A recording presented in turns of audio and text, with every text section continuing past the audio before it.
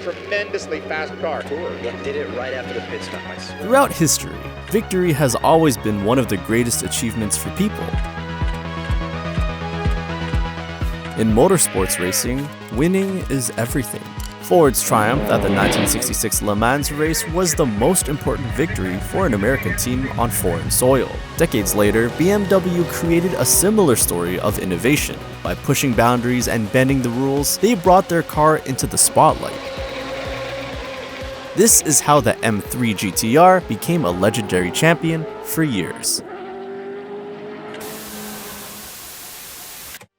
In 1998, an American businessman named Don Panaz teamed up with the organizers of the Le Mans race in France to create a new racing series. This was called the American Le Mans Series. The idea was to bring the thrill of endurance racing to the United States, similar to the famous 24 Hours of Le Mans, but on American soil. Alms started its first season in 1999, with 8 races, kicking off with the 12 Hours of Sebring. This race was held at an old World War II airfield, and the track had already been around since the 1950s. Over time, the series grew, adding more races and even crossing the ocean to hold events in Australia and Europe. By the year 2000, the championship had expanded to 12 races, with some taking place on famous road courses like Laguna Seca and Road Atlanta, while others were held on temporary street circuits in city centers. Much like the Le Mans 24 Hours, Alms attracted top car manufacturers and professional racing teams to compete in its most prestigious classes. Big names like Porsche, Audi,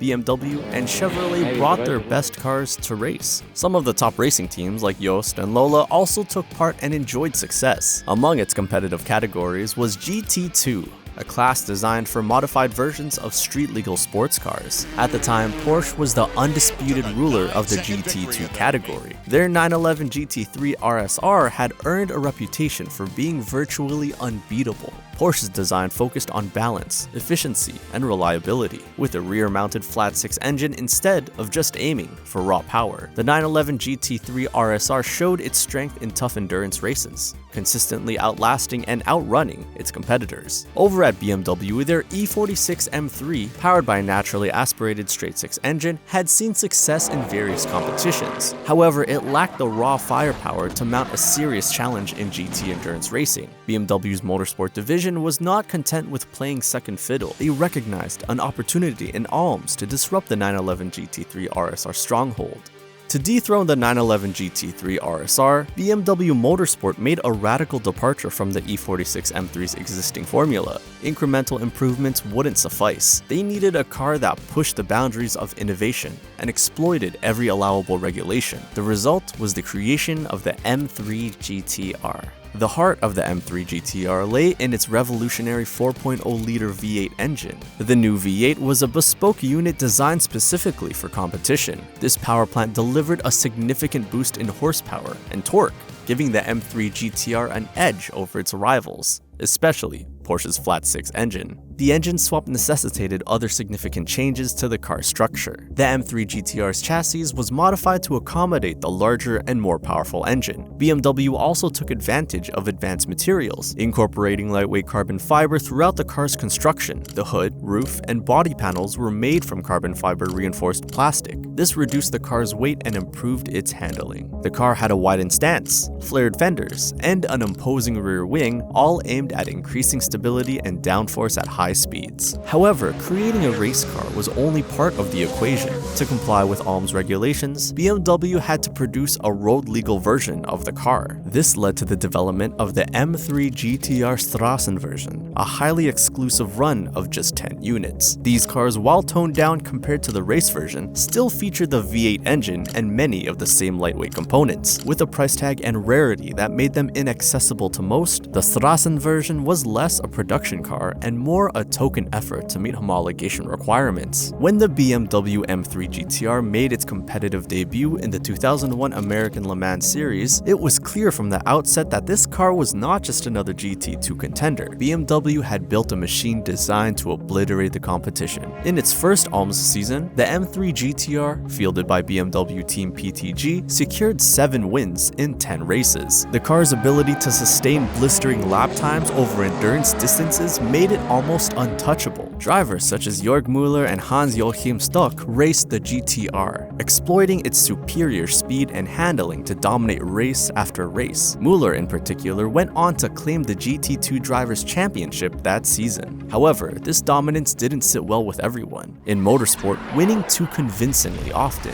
invites scrutiny, and the M3 GTR was no exception. While BMW celebrated its victories, rival teams and regulatory bodies began questioning how such a revolutionary car had been allowed to compete within the rules. This brewing controversy would soon overshadow the GTR's on-track success. The controversy around the M3 GTR arose from its use of homologation rules. These rules were meant to ensure race cars were based on production vehicles available to the public. This was done to keep the competition fair. Manufacturers had to create a certain number of road-legal versions of their race cars. For the Alms GT2 category, this ensured a link between track cars and showroom models. BMW met the requirement by producing 10 road-legal M3 GTRs. However, the spirit of the rules was a different story. The M3 GTR Strassen version was essentially a detuned race car. It was not a true production model. While it met the technical regulations, it was extremely expensive and made in very small numbers. Critics argued this was a way for BMW to bend the rules without breaking them. The biggest issue was the V8 engine. Standard E46 M3s had inline-6 engines, but the GTR's V8 was custom built for racing. This engine wasn't used in any other production BMW. It went against the idea of basing race cars on existing road models. Porsche, whose 911 GT3 RSR followed the spirit of the rules more closely,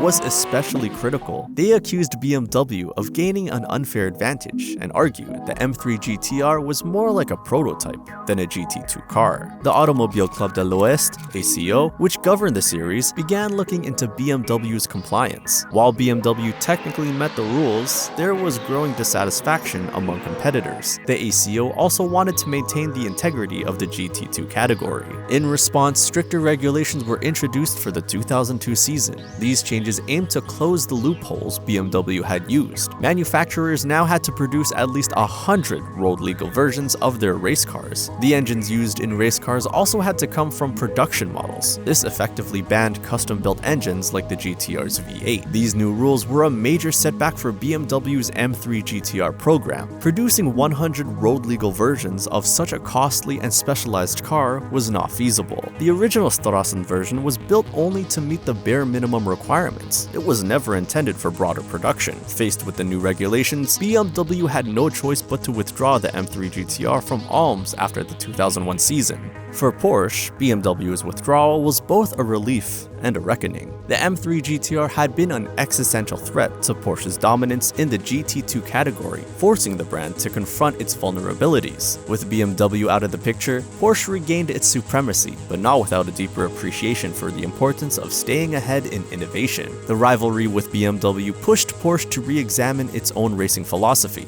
While the 911 GT3 RSR remained competitive, the arrival of the M3 GTR showed how quickly a dominant car could be eclipsed by new technology. Porsche responded by doubling down on research and development, ensuring that its future GT cars would remain at the cutting edge. This approach bore fruit in subsequent years, as Porsche continued to excel not only in Alms, but also in global endurance events like the 24 Hours of Le Mans. For BMW, the M3 GTR story became a cornerstone of its motorsport legacy. Although its racing career was short-lived, the car's achievements cemented its status as a legend. BMW fans and enthusiasts continue to celebrate the M3 GTR as a symbol of what the brand could achieve when unshackled by convention. The car's aggressive styling, advanced engineering, and storied rivalry with Porsche have made it a cult icon, with road-going versions fetching astronomical prices among collectors. The 2001 BMW M3 GTR's legacy as a cultural icon owes much to its role in video games, particularly in Need for Speed Most Wanted 2005. For many, this game was their first introduction to the car. It was the protagonist's starting car and the ultimate prize, creating an emotional attachment for players. In Need for Speed Most Wanted, the M3 GTR was depicted in its iconic silver and blue livery. equipped with a roaring V8 engine that set it apart from other cars in the game. Its dominance in the virtual racing scene paralleled its real-world performance, reinforcing the car's mythical status. Beyond Most Wanted, the M3 GTR continued to appear in other titles within the Need for Speed franchise, including Carbon, Need for Speed 2015, and Payback. However, subsequent versions of the car in these games often lacked the defining characteristics of the original.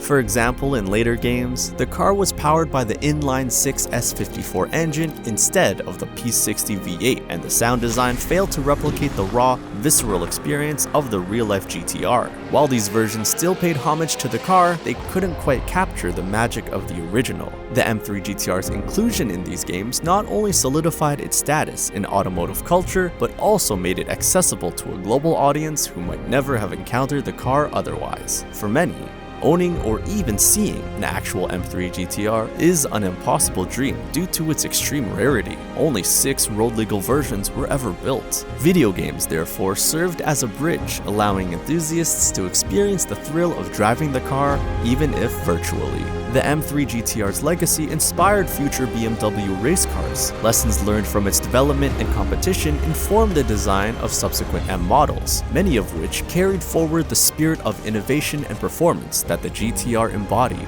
While the car itself may no longer roar down the track, its influence can still be seen in the DNA of BMW's modern performance lineup. At the very least, the M3 GTR is recorded in history as one of the fastest cars of its time, unlike the Bugatti EB110, which was a huge failure despite its sheer speed. Hit the video on your screen to know what went wrong.